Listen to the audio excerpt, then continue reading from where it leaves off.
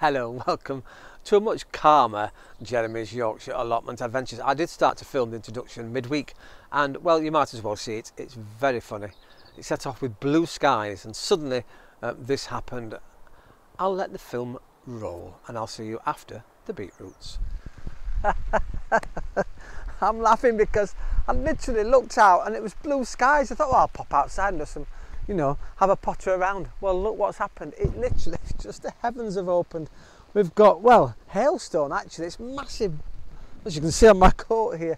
Well, I suppose it's coming to the warmth inside the greenhouse and I'm going to carry on potting beetroots actually. So sit back and I hope it's warmer where you are and relax and enjoy today's Sunday show. There we go. Now, beetroot, and I've got some in this little water bowl here. And put them in water, again, it helps them to break down, helps them to fertilise themselves, and it also helps, when you put them in here, they germinate a lot quicker.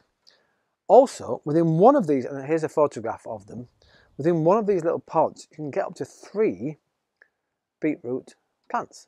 Amazing, isn't it? There's 3 possibly in all of these. So, I'm going to take them out of the water now. They've been in here overnight. Well, actually, to tell the truth, a couple of days. And of course, yes, they're sticky. But it means is that you can get one of those and pop them in each cell tray. So I know really that when it comes up, I've got 1 per tray in here. And then, as I say, I'll put the rest outside in the growing frame. Magnificent.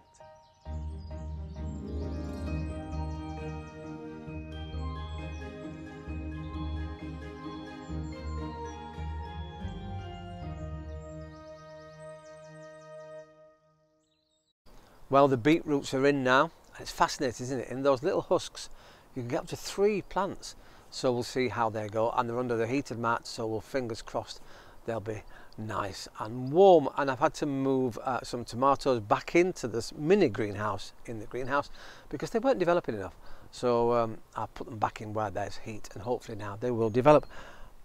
Today, I'm going to be talking about slug defence because I have some beautiful cauliflower plants and they're coming up nicely. They're developing into beautiful plants. Now, I didn't have much success last year with cauliflowers, but then again I didn't have enough of them either, so I've got quite a few. I think I've got about 10 cauliflower plants, which is brilliant.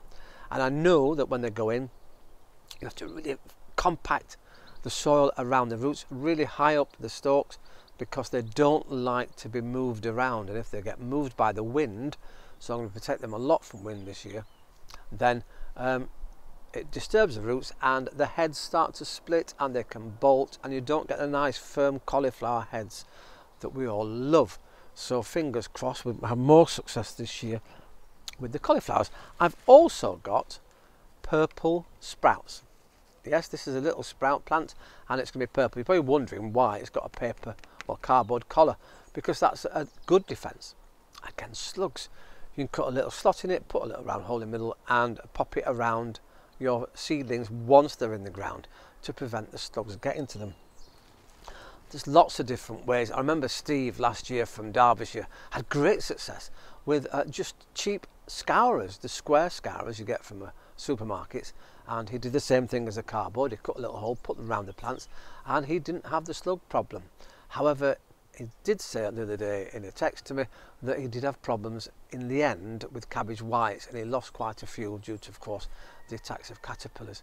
I remember once when my sprout plants had them, oh good heavens, overnight destroyed the entire plants. But fingers crossed we don't have that this year. You're probably wondering why I'm sat here with a fleece on my lap. Well, first of all, it's very warm actually, surprisingly so. But this is in the defence against slugs. This is actually a wool mat.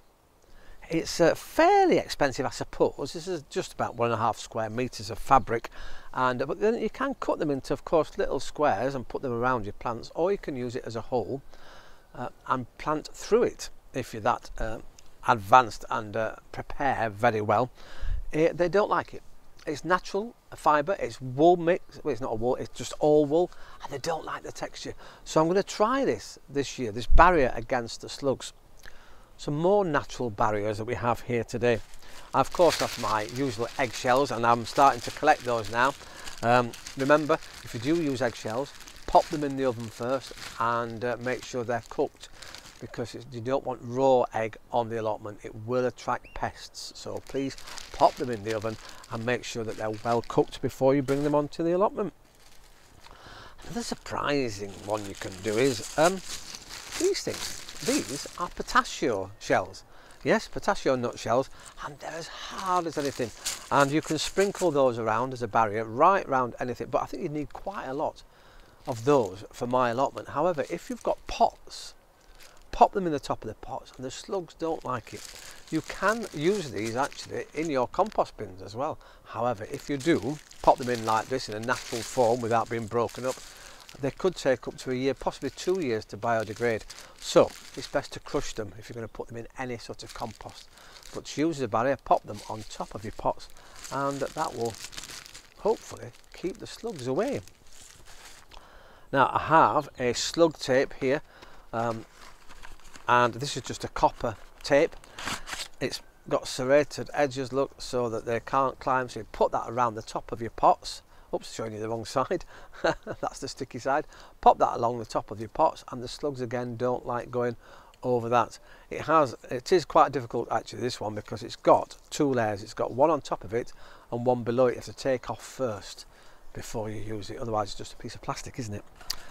What else have we got here? Well, of course, last year we all had, and quite a few people used them, great success with nematodes. And if you've never used nematodes before, you can buy all sorts. They're little microorganisms, and they are like a biological defense against slugs and other types of predators that we have for our plants. Basically, it comes in a powder form, and then you add it to water. You can add it to a big bucket of water, and then pop it into your watering cans, and then water the areas you need to do.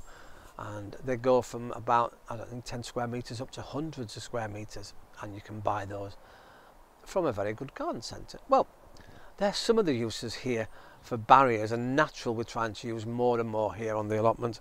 So let's hope that these little defences, so we've got cardboard, we've got potassiums, we've got eggshells, we've got fleece, and many, many other barriers against the slugs. We're going to have a lot of experimentation this year here on Jeremy's Yorkshire Allotment Adventures.